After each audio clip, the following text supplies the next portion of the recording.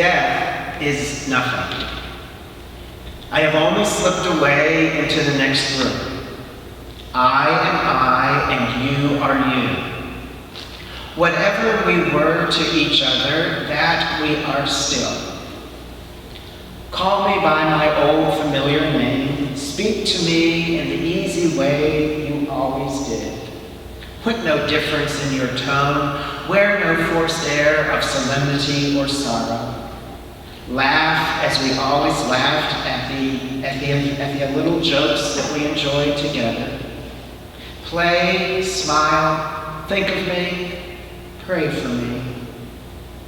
Let my name always be the household word that it ever was. Why should I be out of mind simply because I'm out of sight? I am waiting for you.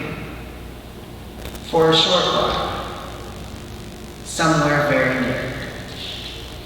All is well with me now. Somehow I can't help but wonder if those might not be words that Peter would speak to us this morning if he were able, reminding us that even though he has died and there is sadness in that pardon, and his death is indeed a great loss to us, we can find comfort in knowing that Peter is alive today and that he will always be as close to us as our fondest memory of him. And maybe in those moments that we miss him the most, maybe it's then that he is closest to us. Our Bible and the Christian way of life knows and speaks of three kinds of births through which we all must pass. The first is our physical birth, in which we begin to enjoy the life God gives to us, our life here on earth that we share with those whom we love and those who love us. The second is our spiritual birth, our becoming aware of our need for God, our need for the one who walks beside us through each step of our earthly journey, our need for a shepherd. The God who walks beside us, holding our hand, never letting us go. And the third birth is our birth into life eternal, our birth into that happy, immortal, tearless life that never ends.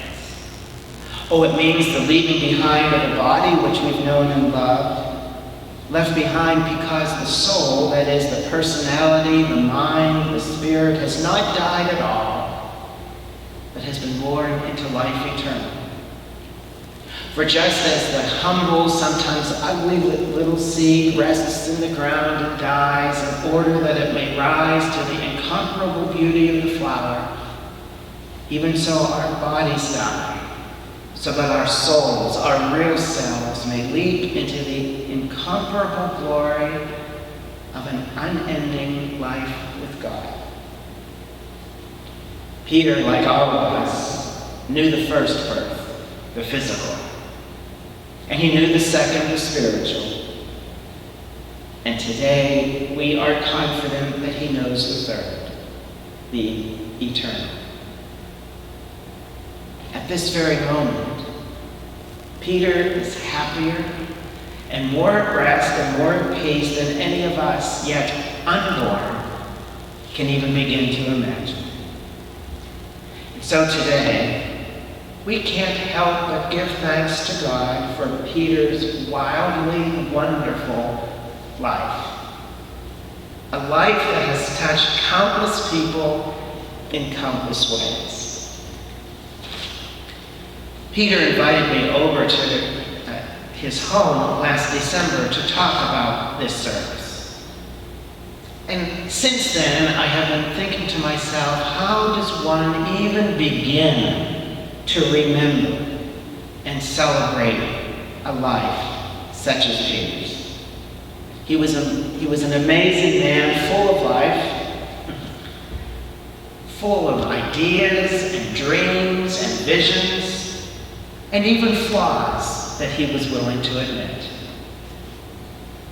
As most of you know, his earthly journey began on January 17, 1948 in Stockholm, Sweden.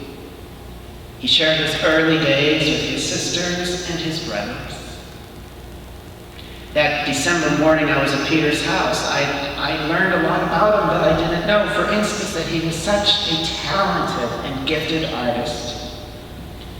He was a born salesman and out-of-the-box thinker, entrepreneur, and dreamer. Peter was never afraid or shy about being Peter. He welcomed new challenges. I think he even dreamed some up, exploits and opportunities. He was never one to really sit still for long. He was a risk taker and an eternal optimist. I think Peter was one of those people who was never afraid to shoot for the moon, for he knew that even if he missed, he'd end up among some stars somewhere. He celebrated his achievements and was never dismayed by his disappointments. As most of you know, Peter possessed a great passion for cars, which led him to build the largest dealership of American muscle cars in Europe in the late 1960s and 70s, which helped to form the Swedish Hot Rod Association. Peter built the first funny car of Europe, known as Peter's Backfire, and he created the first drag racing team, which went on to win 3 European championships. As time progressed, Peter's business ventures began to grow, and he started to make trips here to the United States to purchase cars for shipment back home to Sweden. And these trips led Peter to move to this country in 1976 to work for the largest export company in this country. Indeed, through Peter's work, he was given the opportunity to travel the world. And then in August of 2001, Peter was here in Dearborn on a business trip. It was during this trip that he and Margaret met in a chance encounter at, of all places, Starbucks, which was one of Peter's favorite places. He was there practically every day. He was still going to Starbucks in January of this year. Starbucks is poor today because Peter isn't there. But this was more than a chance encounter. I like to think it was God's providence at work. For on that August day, and through this encounter with this Margaret, a new chapter, an amazing new chapter in Peter's and Margaret's life began. Peter eventually moved to Dearborn, and he and Margaret were married on this day, June 13, 2003. People often wondered and even asked how Peter and Margaret met, because they seemed like polar opposites. But they weren't.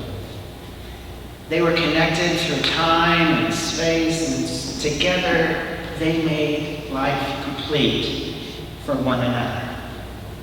It's been said that it was Margaret who kept Peter's shenanigans in check. But together they dreamed new dreams. Together they followed the stream of life to the sea. And truly, Peter and Margaret complemented each other in ways unlike any other couple I've known.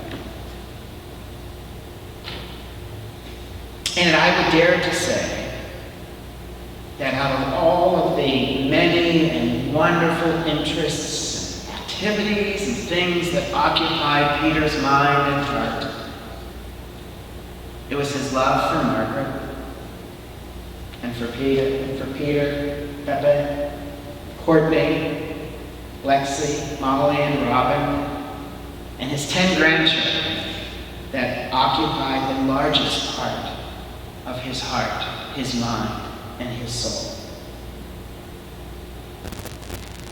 I believe that Peter faced life, and he even faced his illness, and he faced death like only a real Viking could. I remember every time he posted on Facebook when he would go to Carnanos for another treatment or something, every post ended with the words, Viking power.